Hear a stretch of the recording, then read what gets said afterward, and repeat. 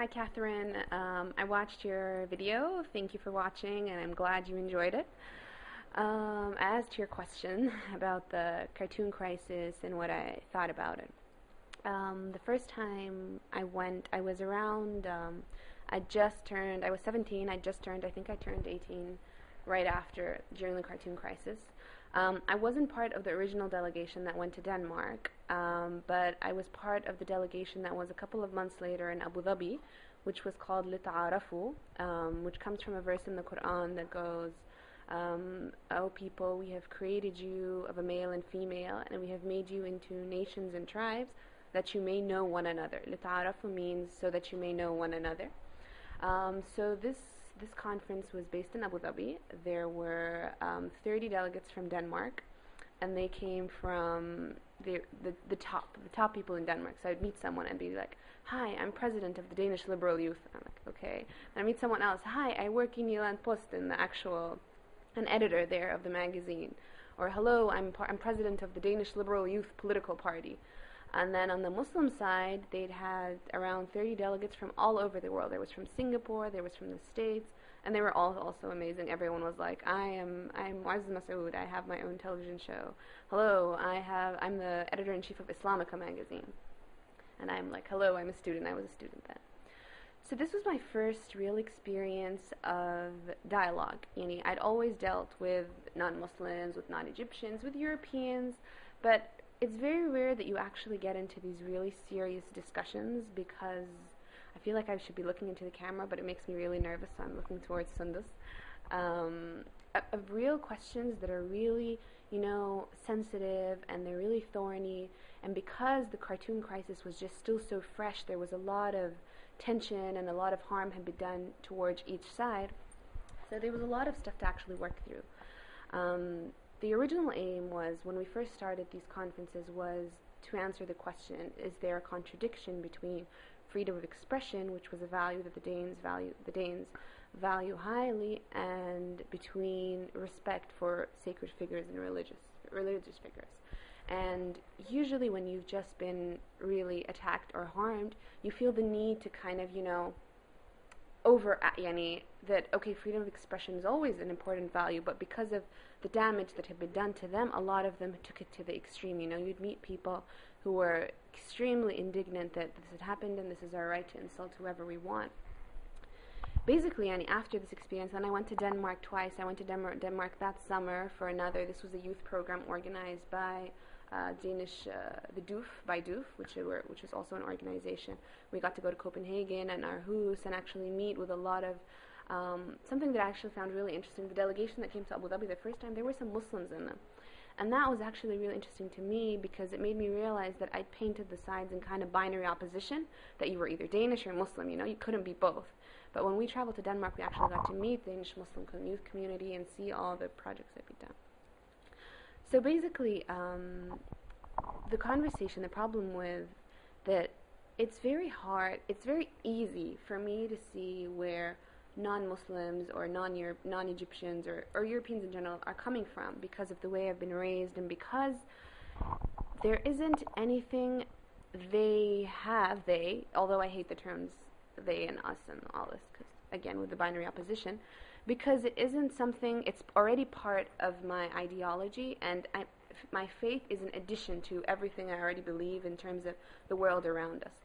But when you speak to someone, a complete rationalist, something that I realized when I met, you had kind of gotten the impression that, all the Danes are going to come, no one's going to believe in anything, they're all just, extremely secular, But you realize that, in how they believed in these postmodern ideologies, they differ, just like people differ in the degrees of their faith.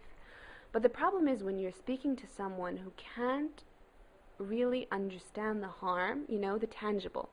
When we live in a world where, you have the extreme postmodern ideologies, people who say we've rejected faith and all this, and this is, you're right, John Stuart Mill says, over his own body, the individual, you have power over your own body, you have sovereign right over your own body. But the problem is, when your freedom, this freedom you have, when it begins to encroach on the freedom of another, this is the problem, yes? My freedom, I have freedom, but then it begins to harm someone else's freedom. But then the question is, was the kind of point where the whole conference, everything revolved around, how do you measure this point? Where is the barrier? Where is the limit? Because the limit is going to be different, and especially with the global, we can't say, okay, I live in my country, my limits are going to be this. Because khalas, we live in a globalized world. There isn't any more where my values just are limited to where I live, because it's global, khalas. So what you do affects someone else. But who gets to decide what these limits are? It's very hard. So the question is here, but when you have someone, or as I met, like a lot of the Danes that we met, who don't believe in any spiritual anything, even though actually, like for a lot of them, the non-belief actually is a kind of belief in itself. But see, that's a whole other conversation. How do I explain an intangible harm? All right? The analogy that someone said there, which I really enjoyed, was he's like, think of a blind man and a deaf man, and they're being tortured by light and by sound. And then suddenly the light, there's still suddenly the sound stops, and there's only light torture. So the deaf man is still screaming, right? But then the blind man goes, what are you screaming about? Halas, the torture is over. But this man has been blind all his life, right? So, and no matter how much the deaf person tries to explain to him what the light feels like, if you've never experienced it, it's much harder to see where you're coming from.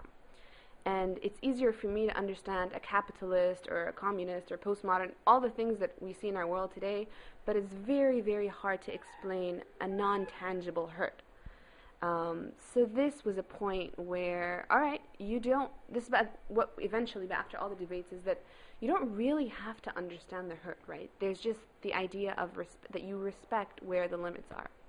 And that even, again, to reference John Stuart Mill again, when he talked about that the only reason where force or power should be used to limit someone, this is the meaning, and I can't remember the quote, to limit someone's freedom of will should be to prevent harm to others.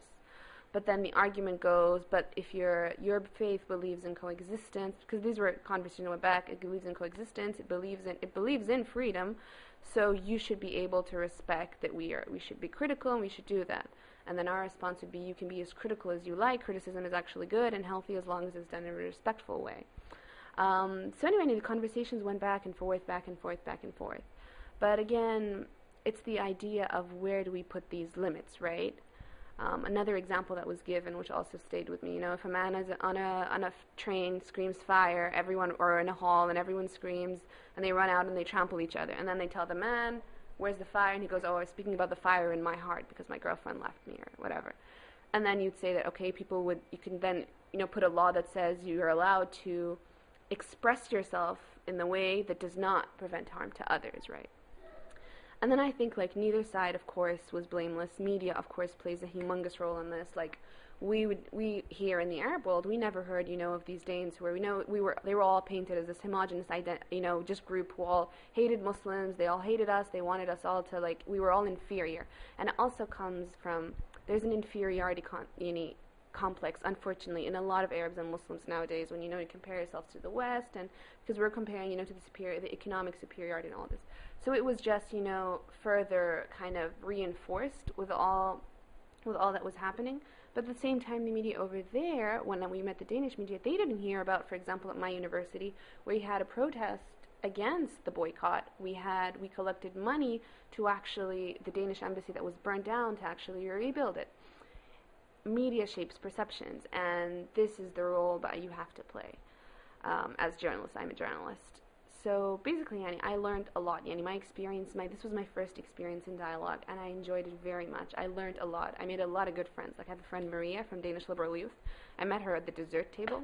Oh yeah, that was something I forgot to mention. The human interaction, it makes so much difference. This is why this is part of the reason I believe dialogue is so powerful, and so it's because you're not just talking to people, it's the shared humanity. I met Maria at the dessert table. We were having dessert, and then we've been friends since then. This is 2006.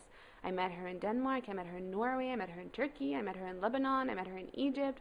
Wherever we travel, and we happen to meet up, and we're really good friends, even though you come from completely different backgrounds. So all these conversations, basically, they helped me. You really widen your perspective. When you actually deal with people of different faiths, of different nationalities, you come to see where the other person is coming from. But the only issue is can the other person, if I am seeing where you're coming from and I'm respecting that, can the other person do the same, even if they don't believe in what you believe? So, as you said, Catherine, I really do believe that the experience actually it had the potential for a lot of good. Yani right now in the UK, there's an Inspired by Muhammad campaign that's out. You know, that was also something one of the Danes said to me, that he said, you can't demand respect, you have to earn it. But again, it's the problem with, alright, we're earning respect, but when you continually judge the behavior of an entire faith with the actions of the minority, it's going to be extremely hard for us to all earn the respect at the same time, right? You can't blame the textbook for the students failing. So it's when the entire faith is judged. Unfortunately, this is a trend in the entire world now, where Islam is kind of, scapegoat for kind of everything, and the only people highlighted are the majority of the people highlighted are the crazies. People don't want to hear about these people talk about dialogue and how we're all the same and we share the same values. They just want, Allahu Akbar, suicide bombing. That's kind of what sells, right? This is the mode now. So as long as we can actually get across that and continue to participate in these dialogue initiatives, you get to see the people behind the headlines, and you actually get to understand that not everything you see or read from both sides, this is really important, right? We can't put, they don't understand this, because a lot of us also don't understand them. So it gave us the opportunity to meet people, to widen your perspectives, and to actually learn more. And the more you do it, the more broad-minded you'll be. So of course I'm not glad the cartoons happened, but I'm glad of the initiatives that took place after them, and the programs that actually helped, especially youth, to actually get to interact and meet people from really different kind of mentalities. And hopefully it won't happen again. We're not going to wait until something else, a crisis of this happens again. These initiatives should always be ongoing.